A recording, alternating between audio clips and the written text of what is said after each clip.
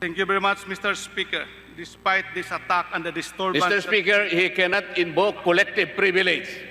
He cannot invoke collective privilege. This representation does not share his privilege. Majority Leader, Mr. Speaker, I move we suspend for a minute. session suspended. like this. Session is resumed. Majority Leader. Mr. Speaker, now that the audio has been fixed, I move we re-recognize the Honorable Deputy Speaker OAMINAL. So move. We will know the nature of the privilege sought by our Deputy Speaker. Thank you very much, kababayan, Mr. Speaker, distinguished Rufus Rodriguez, my distinguished colleagues. I stand on a question of personal and collective privilege on a matter that this representation found appalling and untimely at a moment when the nation was positively hopeful to welcome the beginning of a new year. Before the year 2020 came to a close, we braved the perils brought about by the COVID pandemic, as this representation personally met with our constituents in the district when we pushed through with our annual Pamaskong Handog, distributing Christmas goodie for all families and cash gift for our frontliners. This we did to keep our district happy and to encourage our frontliners to remain courageous in providing care and assistance to our people amidst the greater hazards in their work. Despite the pandemic, the dominating atmosphere in my district was genuine merriment. People were happy and were optimistic. All of a sudden, Mr. Speaker, this positive outlook that we carry as we begin the new year was shattered on January 18, 2021 at the resumption of our regular session, when this humble representation and the people of my district were hit with a strong blow from my perceived friend and distinguished colleague, Deputy Speaker Rodante Marcoleta, with his privileged speech dubbed as the demolition man in Osami City. Point of order, Mr. Speaker. Despite this attack, Point of order, Mr. Speaker. I am still here standing Okay, before the plenary of the House of the Point People. of order of Point of order, Mr. session is Speaker. suspended. Majority Leader. Mr. Speaker, Deputy Speaker OAMINAL previously registered to speak in a privileged hour. Session is still suspended. Session is resumed. My first question to the Deputy Speaker is, what is the nature of the privilege he is invoking? Mr. Chair, Mr. Speaker, I am invoking on a question of personal and collective privilege because the name of this representation and the district that he represents was the subject matter of the devolution speech of the Deputy Speaker Rodante Marcoleta last January 18, 2021, when we resumed our session. In accordance with the rules, you have 10 minutes. Please proceed. Thank you very much, Mr. Speaker. Despite this attack and the disturbance... Mr. Speaker, he cannot invoke collective privilege. He cannot invoke collective privilege. This representation does not share his privilege. Majority Leader, Mr. Speaker, I move we suspend for a minute. session suspended. The session is resumed. The status of this situation is that I have here the list. I have here the list for the those who will deliver privileged speeches on the privileged hour. The name of DS OAMINAL is not in the list. We therefore do not follow an order of the list. You can now proceed.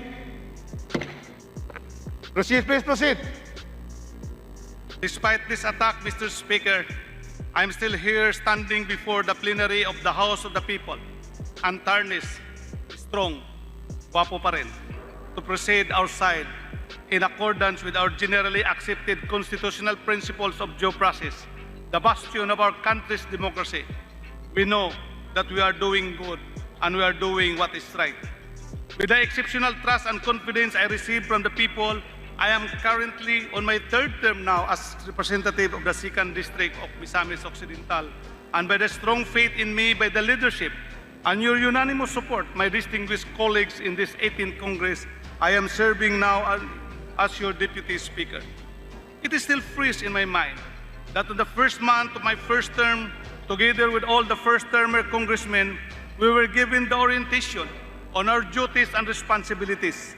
We were taught the foremost lesson of basic parliamentary courtesy, which shall be observed by all of us distinguished members of this honorable Congress.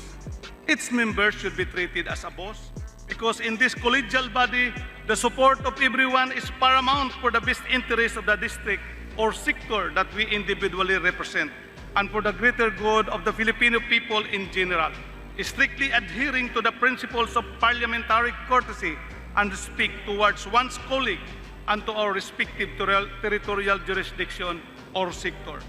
Throughout my stint in Congress, I have enjoyed my work because of the friendly and courteous atmosphere among the members of this House.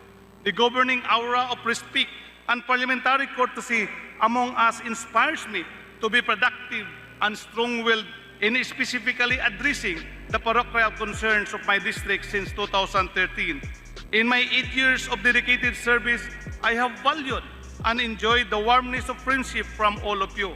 And I believe that you have also been enjoying my reciprocal, sincere, and friendly relations. But if in the process I had unintentionally offended any one of you, my dear colleagues, in the sincere performance of my duties, allow me to apologize for whatever lapses I have committed, as I am not perfect. My chief concern has always been the best interest of my people.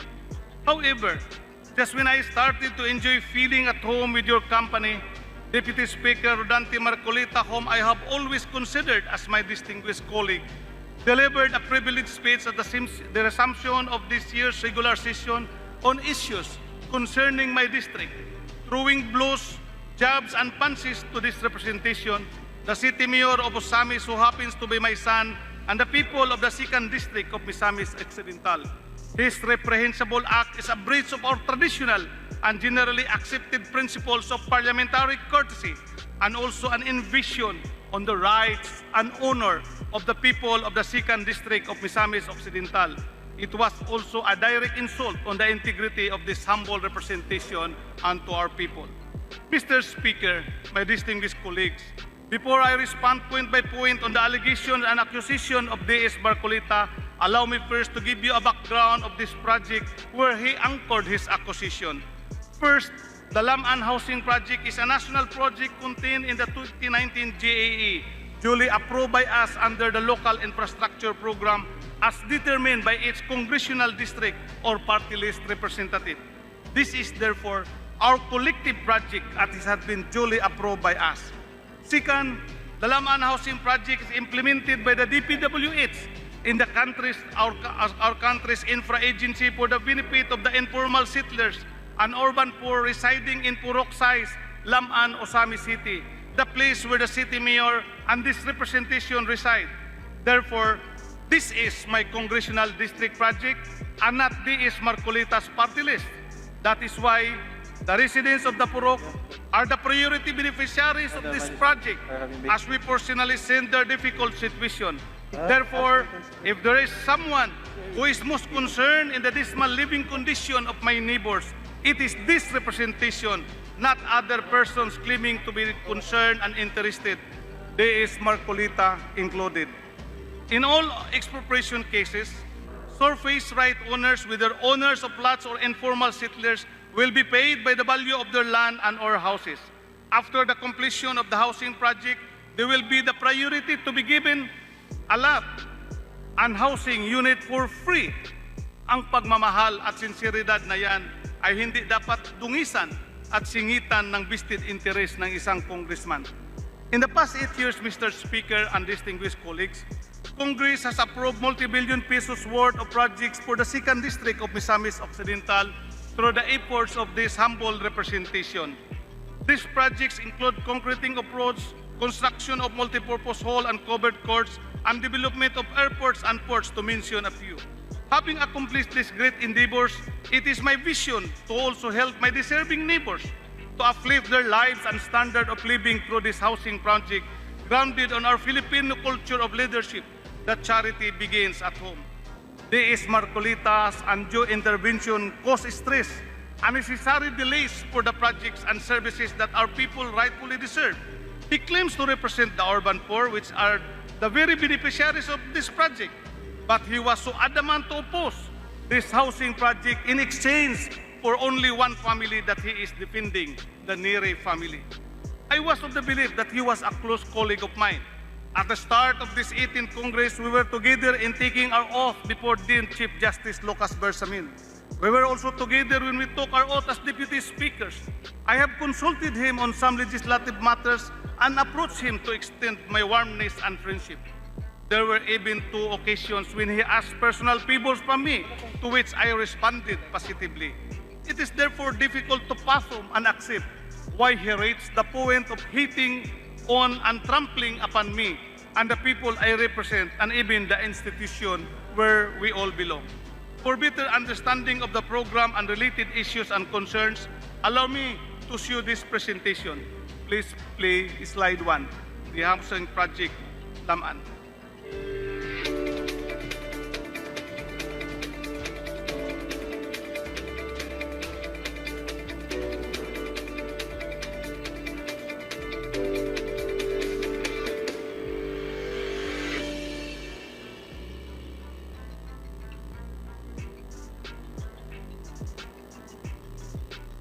In the desire to give decent and safe living and household to the people of Barangay Laman and Malaobang in the city of Ozamis, the greatest housing project of local government unit through the efforts of Deputy Speaker Waminal and Ozamis City Mayor Ando Waminal was created. The said aspiration was out of the intention in solving the difficulty in the places mentioned and for the people to be freed from the filthy environment, particularly in Barangay Laman, in which through the years the people are suffering. During rainy season, flood water will rise which will spread in the different areas of the place. The flood water and the sanitation of the place may cause spreading of diseases among children and old ones. Sa una pa yun, baha na yun na siya, taman yun siya hawak. So, mahitabo yun ana, kay hadlok biya po kay sa katanan mong tubig, malapawan na kanang tubig na mo sa nawasa, malapawan para sugaw yun kayo sa katanan. Year 2019, Congressman Henry S. Waminal made a promise to the people of Puruksais Laman that he will make a way to give them decent and safe homes which changed their lives. Usa sa proyekto nga isahan nga informal centers sa ato barangay tagahan nato o libre pamuyo desinte pamuyo libre yuta libre balay, di ba? With a pure heart, the congressman worked hard for the inclusion of the said project in the 2019 General Appropriations Act. He was successful in allocating a budget for the project which cost 50 million pesos, 35 million pesos for Laman Housing Project, and the remaining 15 million pesos was allocated for Malaobang Housing Project. The local government of Ozamis also allocated a budget which costs 15 million pesos as the counterpart funds in payment to the properties which will be affected in the said project. The LGU consulted the 120 more or less residents, and majority of them were happy of the said goal and gave their consent because they were aware of the benefits it can give to the community. Because of this, the way for the wish for life of the people of having a clean and safe homes was paved. Ko kayo may kalipay ug pasalamat ni Congressman Waminal nga iyang gihawas ang amo ang kalisod sa labi na sa among pamuyo nga og magulan, maglunop daritso, dili mi makagawa sa among tagsag sa kapanimalay. Di gyud kabutangan among pasalamat yun nga iya giming gipahiluna. Temporary relocation was also discussed and assured to the beneficiaries upon the start of the project construction. Most of the residents asked for government support to dismantle their then houses and showed voluntary demolition because they knew the need of inconvenience to obtain a decent living. In the said location, Expropriation cases were filed to 17 property owners. Expropriation is the legal process for the government to take possession of the private property for the benefit of the public. In the said process, just compensation will be given to private property owners for the government to proceed in the construction of infrastructure projects, which will give benefit to the public. Among the 10 property owners who were issued with writ of possession, 9 of them voluntarily turned over the property to the local government. But there was one family who vehemently refused in turning over the property to the government. The particular housing project was led by the Department of Public Works and Highways. Month of March, year 2020, clearing operations were conducted by the agency to start the development in the place through the contractors who were tasked in the said project. The DPWH commanded and gave supervision in the clearing operations and certainly not the local government of Ozamis. Function sa Philippines, mag-implement agad siya what has been programmed. While the clearing operations were conducted, the Neri family still refused to give their property to the government. With the contractors clearing operations under the DPWH supervision, the family initiated strong refusal in the social media. Moreover, they filed cases against the government which caused the delay of the project, knowing that the individuals who showed declination to the clearing operations were not really from Laman. Based in the court order of expropriation mandated by Acting Judge Soliver Peras of RTC Branch 15, February 24, 2020, clearing operations were conducted in the 5th of August 2020. While the operation was going on, the Neri family in a sudden went out from their house and physically attacked the workers who just did their obligation. Kung naglaparo na ako, nga nakalikay ko si tata ni Resuliano, kaya naminyon mo si Resuliano. So mao na to nga naigo na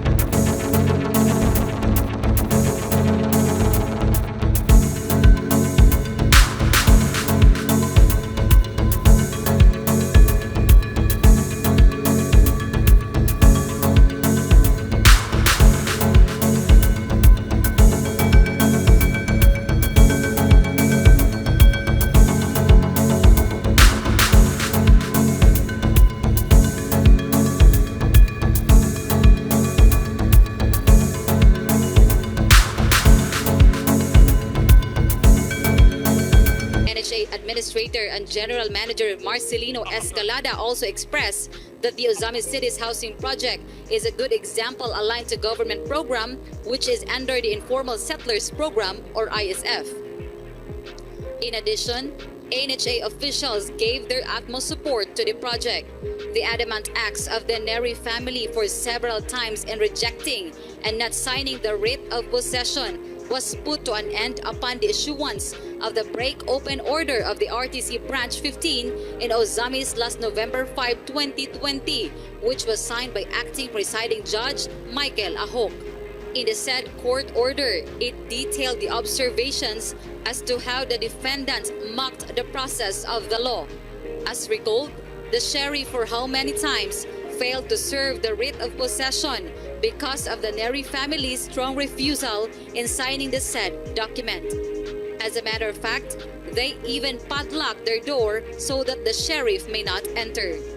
Furthermore, the mockery of the law needed to be ended through the issuance of break-open order that the sheriff may serve the writ of possession. And I quote, "Wherefore the motion for the issuance of break-open order is hereby granted.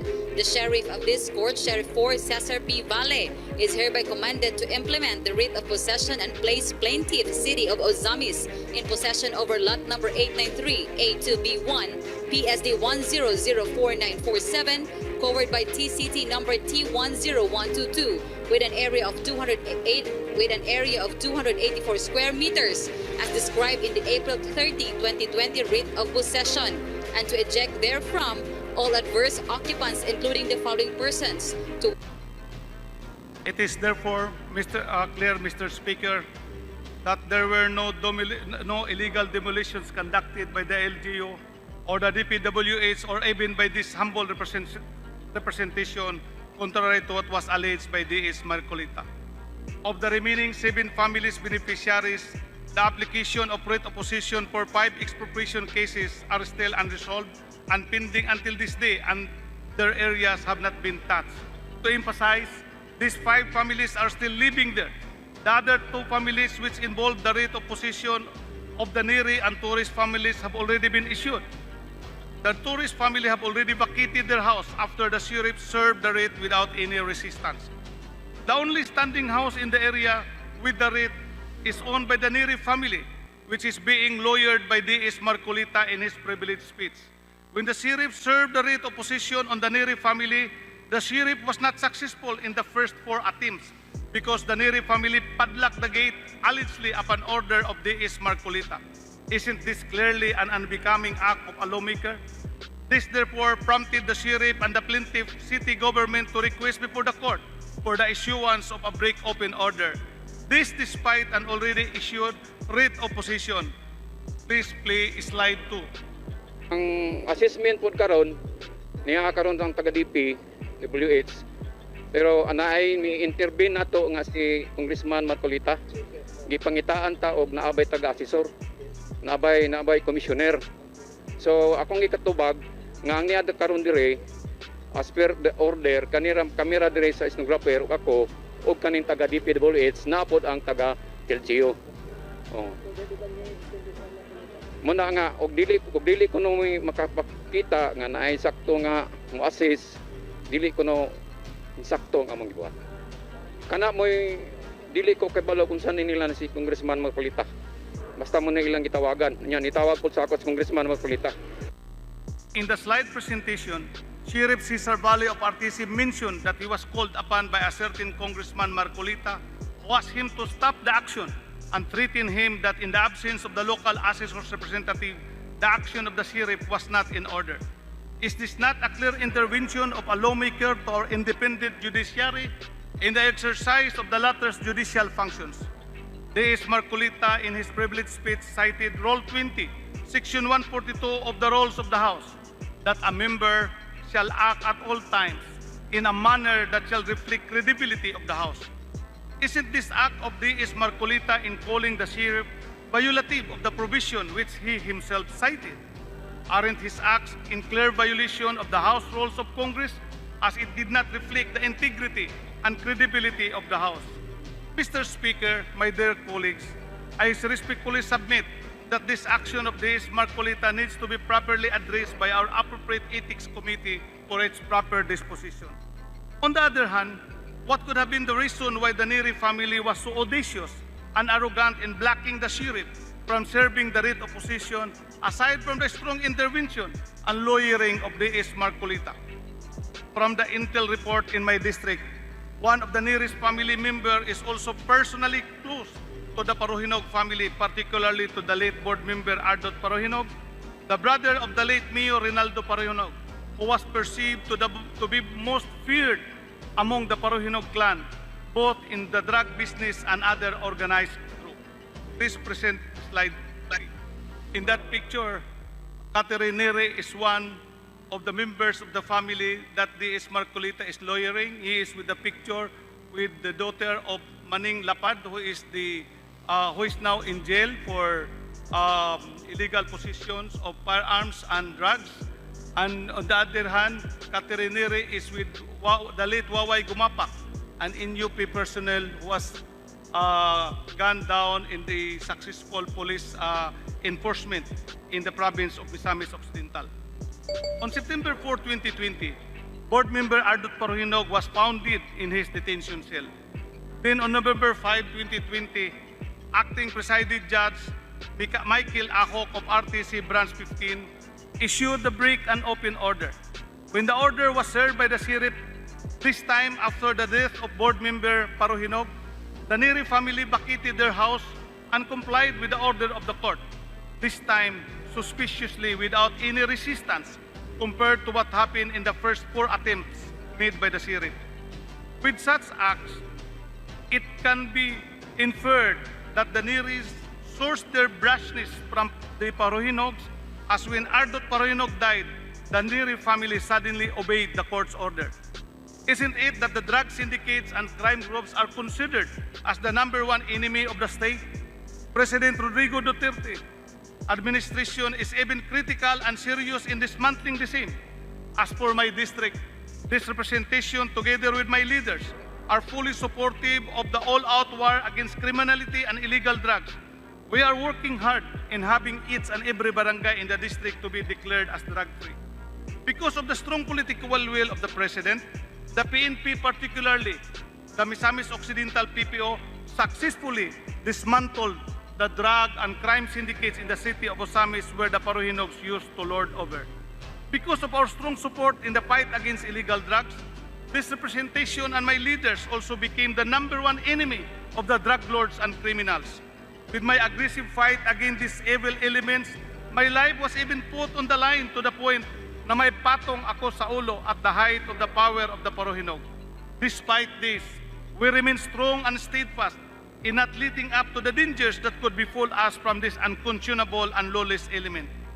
Are these the kind of people that DS Marcoleta is lawyering, protecting, and defending? Those who have links with and who have sourced their bravado from the drug lords and criminals? Putting the pieces together, it can be inferred that the Neris were being used by the Paruhinog in putting the OAMINAL leadership down, as we strongly supported the President's war on drugs.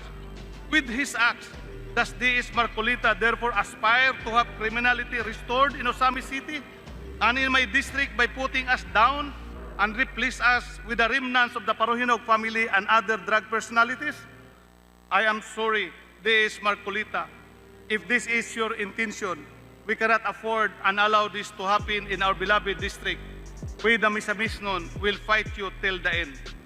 To reiterate, as the Neri family vacated their house and complied with the order of the court, this clearly proves that the DS Marcoleta was wrong in saying that there were illegal demolitions conducted by the city mayor of Osamis and this representation, because everything was done in accordance with the judicial process. As a matter of fact, until today, the house of the Neris, which even though they have already vacated the same, the structure still remain undemolished. He was therefore very wrong in his sarcastic remarks that only in Osamis City, as the project originator himself, D.S. Henry Waminal, may now have earned the moniker, the Demolition Man. Who now then is the real demolition man? This representation that promotes the welfare of his people, or D.S. Marcoleta, who was haphazard in demolishing the integrity and credibility of this humble representation, the constituents that he represents, and this institution that we all belong. He who at all costs, blinded by the real facts, was unrelenting in unleashing tirades without first considering both sides of the matter, as what a true statement would do. As presented earlier, there was no illegal demolition conducted, as all were done in accordance with the law. On the other hand, Mr. Speaker, my distinguished colleagues, the series of acts of D.S. Marcoleta against this representation, the city mayor of Osamis and the people of Osamis City, all that D.S. Marcoleta wanted was to demolish our integrity and the gains of the Duterte administration in eradicating the proliferation of illegal drugs and in dismantling the organized crime group through his support with Neris, who have the backing of the Paruhinogs. Does he want to demolish us because he want to restore back the drug personalities in my area through clandestine acts as what he has been doing here in Congress? This Marcoleta in his privileged speech mentioned, and I quote, "There were no orders of writ of demolitions issued by the courts, no compensation, no relocation. The DILG and PNP did not lift a finger to help despite the request from this representation."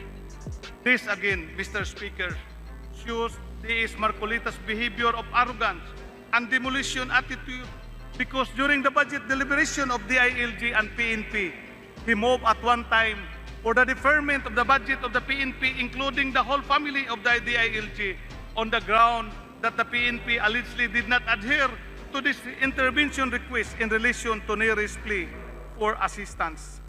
This plea is slide 5. 5th of August 2020, while the operation was going on, the Neri family in a sudden went out from their house and physically attacked the workers who just did their obligation. The slides presented clearly shows the Neris assaulted the engineer of the project and the barangay officials in the area. However, on the report made by the Neris to the Marcoleta, the facts were already twisted by the media. It appeared that they were the victims in the incident. The Neris even made accusation that one of the policemen, Captain Tano, assisted in harassing them. Please present slide 6 and 7 of the Marcoleta's text to then PNP Chief General Gamboa. In that text of the Marcoleta, based on his intervention and the manufactured twisted facts, Captain Tano, who is a decorated officer, by virtue of that text that he sent to PNP Chief Gamboa, Captain Tano was immediately relieved and was pre-charged by the police. By the way, Captain Tano was also a part of the police team that raided the house of former Mayor Aldong Paruhinog. As the accusation against Captain Tano was baseless, the case was ultimately dismissed for lack of merit. But D.S. Marcoleta was still not yet contented, despite the action of the police on his intervention, that he still moved for the deferment of the ILG budget. Please play slide number 8. Nobody, Mr. Speaker, Your Honor. The entire DILG was not responding. The police PNP did not even reply to my text messages. Why so? Mr. Speaker, if you are unable to provide the answers to these questions, we can probably defer consideration of your budget until I am able to convince you that these questions must be answered, because there are aggrieved people. Mr. Speaker, isn't the acts of D.S. Marcoleta in moving for the deferment of the budget of the ILG and the police on the sole reason of his personal innuendo, based on the false report from private persons in an exercise of grave abuse of power, that with just one request from his client, D.S. Marcoleta would want to demolish the integrity of our police force? The deferment of the police budget could be a part of his grand design to get back at the police and take control of its men, as it is the current police administration in my area that has the strong political will under the President's directive, which dismantled the illegal drugs and crime groups in my district.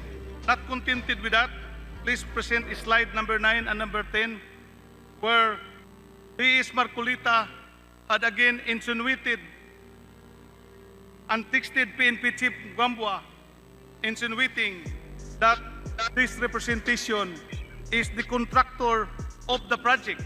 And in the answer of the provincial director of Misamis Occidental was directed by then PNP Chief Gamboa to answer the accusation.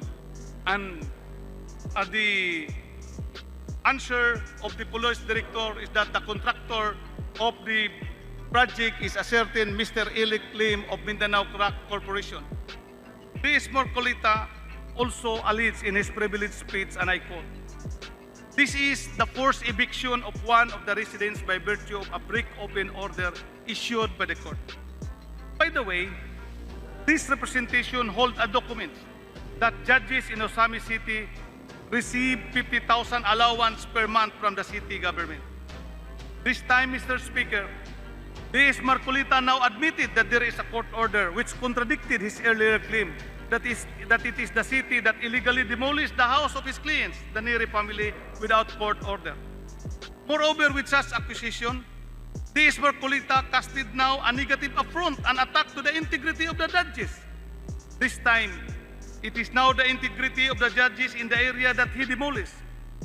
Upon verification with the local government of Osamis, indeed the judges are receiving allowances but only 25,000 pesos, which is just half of the blown out value that D.S. Marcoleta was falsely claiming. These allowances that the judges are receiving, just like other judges in other areas in the country, is allowed under our laws. He had overblown the amount to cast doubts on the credibility of the judiciary in my district. Another unforgivable act from the real demolition man who wants to tarnish the judiciary on the mere reason that it did not act according to his wishes. Yet again, as can be cited in his privileged speech, the real demolition man, D.S. Marcoleta, has unleashed his demolition tactics, this time against the integrity of the Department of Public Works and Highways. He alleged that the implementing agency for the project is the Bukidnon First Engineering District. This runs counter to the certification of the 2nd District Engineering Office of Misamis Occidental, Tangub City. D.S. Marcoleta also insinuated that there is a ghost project somewhere, which is not only a product of his wild imagination, but is also unfair to Secretary Mark Villar and to the DPWH family as a whole.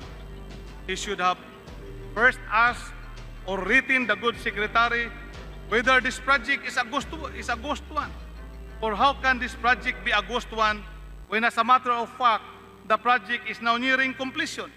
As per report of the DPWH project engineer, the project phase 1 and 2 will be completed by March this year and has encountered delays such as the phase 3 of the project due to the undemolished house of the Neri family because of the intervention of D.S. Marcoleta. This present house, that's the current status of the project nowadays. Mr. Speaker, my distinguished colleagues of this august body, this representation could not help but question the ultimate purpose of D.S. Marcoleta in all this hola-balo. Is his intervention an apparent concern just in disguise of his ulterior motive? Upon checking into the records of this Congress, he had already filed similar resolution with dubious intention. If his concern is only to investigate the implementation of the project, he should not resort anymore to a privileged speech that would unduly malign and destroy the integrity of this representation and the people of my district, as he had already filed resolution number 1197, calling for an investigation on the matter contained in his privileged speech, which is now pending deliberation with the Committee on Good Government and Public Accountabilities. Not against our role, what could really be the reason of this demolition activity of D.S. Marcoleta? Is his political ambition to run as president or as a senator? I don't have quarrel with him on that. But let it not be at the expense of myself and my people. Kung hanap buhay lang gusto niya, ay bakit hindi na lang niya ako kinausap? Dahil tinuturing ko naman siya na isang kaibigan. There is a quote which says that ignorant kills. It's like a virtual substance for poison. Mr. Speaker, the accusation of D.S. Marcoleta without first talking to me, or for him to first make a thorough investigation first and evaluating all the facts, make him ignorant of what really transpired in my very own legislative district. I respectfully submit that such irresponsible and reprehensible behavior deserve proper attention by our august body, so that it will not be the attitude and behavior that will reflect on the individual and collective reputation of our members. And is D.S. Marcoleta's attitude of wanton demolition tactics speaks good of the credibility of this house. His cup was not yet full when he tried to demolish the integrity of this representation and the people of the 2nd District of Misamis Occidental, as he sought to further cast aspersion to smear the reputation of our government agencies, such as the PNP, the judiciary, and the DPWH, as I have presented earlier. It is in this context that I pray that the issues raised herein against the conduct and behavior of DS Marcoleta be referred to the Ethics Committee for proper investigation and appropriate action, and that copies of this privileged speech be furnished also to the Committee on Government and Public Accountability as my reply to that resolution. And with that, Mr. Speaker, thank you very much, my dear colleagues. Mabuhay ang 18th Congress House of Representatives. Majority Leader. Mr. Speaker, Deputy Speaker Rodante Marcoleta wishes to rise to interpellate Deputy Speaker OAMINAL. First, let's ask our Deputy Speaker, Henry OAMINAL, is he willing to accept interpellations from the Honorable D.S. Marcoleta? Much to my wish, Mr. Speaker, but because I wasn't able to interpellate him also during his privileged speech, and then I politely declined to answer, to entertain his interpellation. Thank you The gentleman refuses to yield. Majority Leader. Mr. Speaker, I move that the question of privilege of Deputy Speaker OAMINAL be referred to the Committee on Rules. It is directed that the privileged speech of D.S. OAMINAL is referred to the Committee on Rules, Mr. Speaker. Rules. Majority Leader. Mr. Speaker, I move that we open the privilege hour. Privilege hour is opened. Majority Leader. Mr. Speaker, the first of our colleagues who wishes to avail... Mr. Speaker, Yes, D.S. Marcoleta of Sagip Party List. What is the pleasure of the I ask gentleman? permission from the rules, Mr. Speaker, that I wish to interpellate Deputy Speaker OAMINAL, and I was given the go signal. Mr. Deputy Speaker Marcoleta, the person who gave his privileged speech is not willing to be interpellated. So therefore, there can be no interpellation at this time. So, D.S. OAMINAL, Mr. Speaker, refuses to answer interpellation from this representation. Yes, he had made his reasons to do so, and so therefore, there can be no interpellation on his privileged speech because he has declined. Thank you. Thank you very much. Okay, may I just ask the Speaker that I be given the chance to make a manifestation, Mr. Speaker? Majority Leader. Mr. Speaker, considering that this is an issue is very important in the locality, and considering also that we are respecting the right of the distinguished Deputy Speaker not to be interpellated, I believe, Mr. Speaker, that we should recognize the Honorable Marcoleta for his manifestation. So, Mr. Speaker, I move we recognize the Honorable Marcoleta. So move, Mr. Speaker. Honorable Marcoleta is now allowed to give his manifestation, a short manifestation. For after all, there is no reply to that because there is no interpellation. Thank you, Mr. Speaker.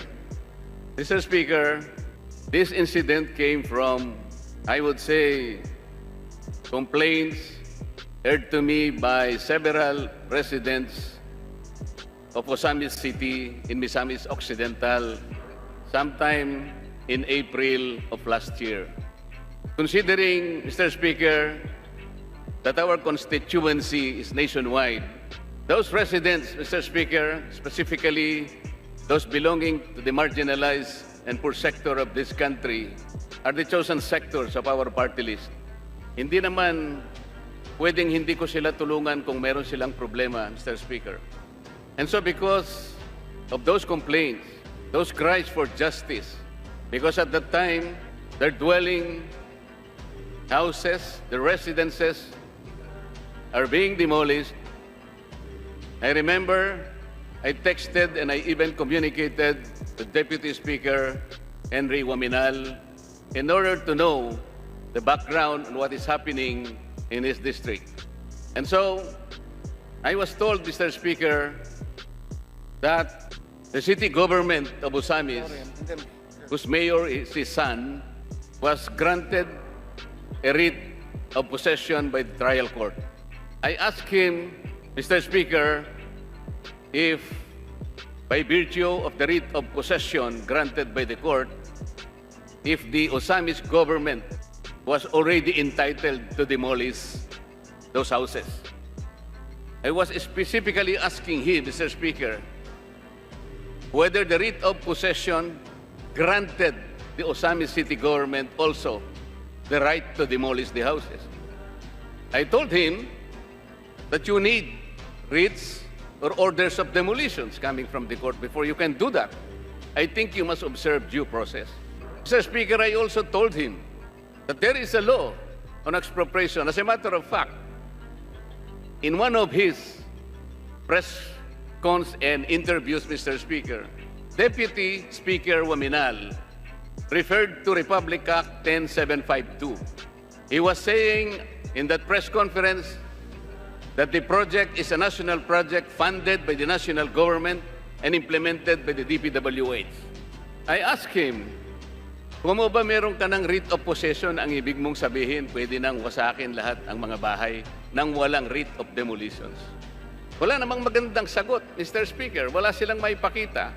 So I called the DILG. Pwede pa ka akong magpatulong sa inyo because pandemic na po kasi noon, Mr. Speaker. Mr. Speaker, point of order, Mr. Speaker. I think What is the point I of have the order? floor, Mr. Speaker. Let us first hear a point of order which takes precedence from anybody speaking on the floor. Yes? Kanina, ayaw mong magpa-interpellate. Ngayon, I am making a manifestation. Let us hear the point of order. You are speaking, I recognize you, but there is a point of order, and we have to hear that, and the chair will rule. State Yes. the point of order. The point of order, Mr. Speaker, is that the subject matter raised by the DS Marcoleta is no longer a manifestation but rather a privileged speech. And that subject matter is now pending with the Committee on Public Government and Accountability.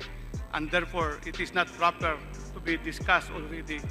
What is the comment of the majority leader? Mr. Speaker, though we respect the opinion of the Honorable Deputy Speaker, a while ago we moved that we recognize the Honorable Marcoleta and there was no objection. It's precisely because the Deputy Speaker did not want to be interpolated on.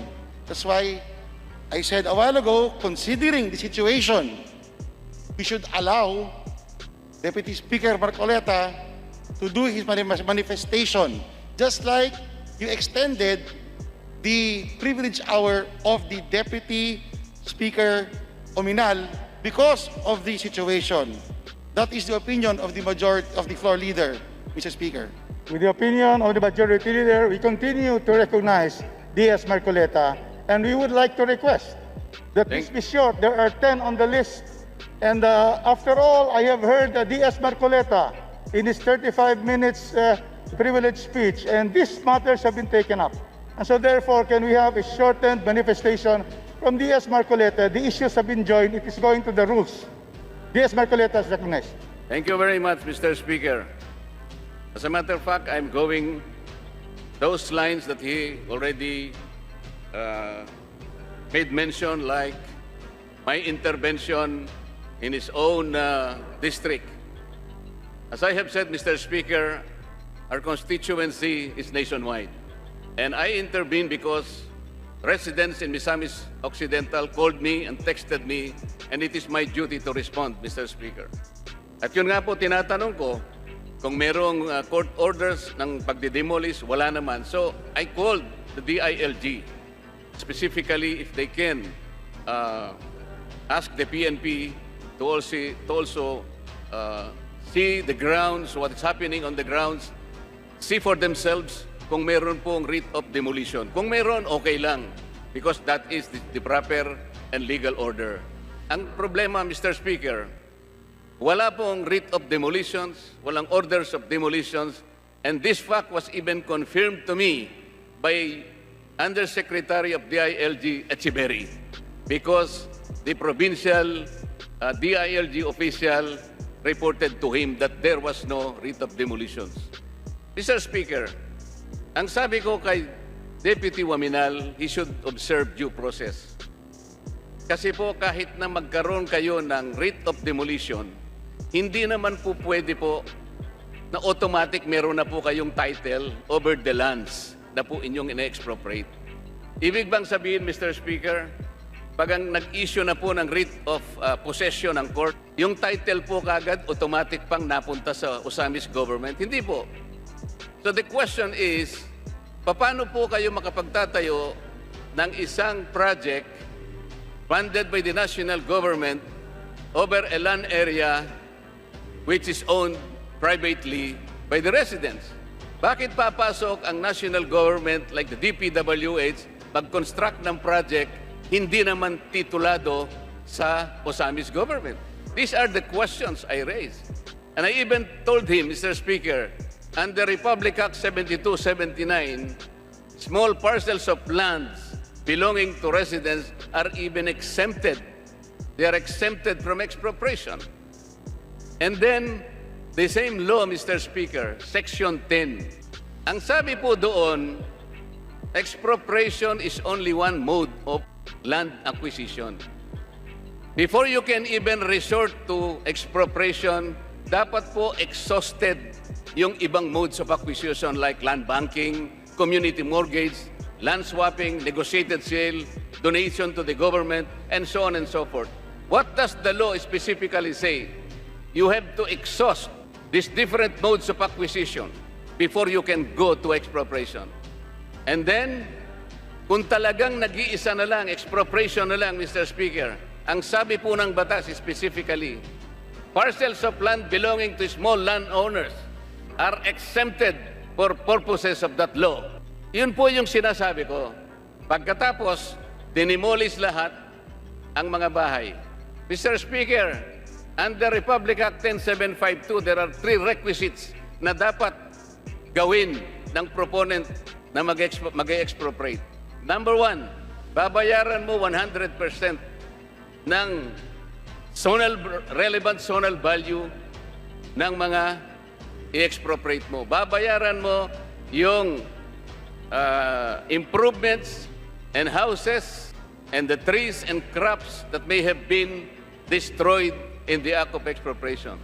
And primarily, Mr. Speaker, under Republic Act 10752, you have to go through expropriation through the office of the Solicitor General or the office of the Government Corporate Council. Hindi po didiretso ang Osamis government na mag-expropriate like what they did by filing a complaint for expropriation in the trial court. They invoke the eminent domain of the local government code. That is a general law. Ang special law on expropriation is Republic Act 10752. We lawyers know that a special law will prevail over the general law in the matters of expropriation. This is the special law. Marcoleta, we request that you wind up because 10 more of our congressmen are in line for the privilege speech. Kindly wind up so that those issues precisely. Yes, Mr. Speaker, kaya ko lang po kinukwento ito dahil sinasabi niya na that I interfered. I interfered for the correct reasons. Hindi naman po siya naniwala sa akin. Hindi na sana tayo napunta sa ganito kung pinakinggan niya ako. Pagkatapos sasabihin niya, pinakita niya, kinausap ko raw ang sheriff. Totoo po yun, through telephone, Mr. Speaker. I was asking the sheriff kung may dala-dala siyang court order ng demolition. Wala po, Mr. Speaker. Yes, so that precisely those issues will be threshed out in the proper committee by the rules because the privilege speech has... Salamat po. Salamat po, Mr. Speaker. Can you wind up so that we can now go to our other speakers? Mr. Chair,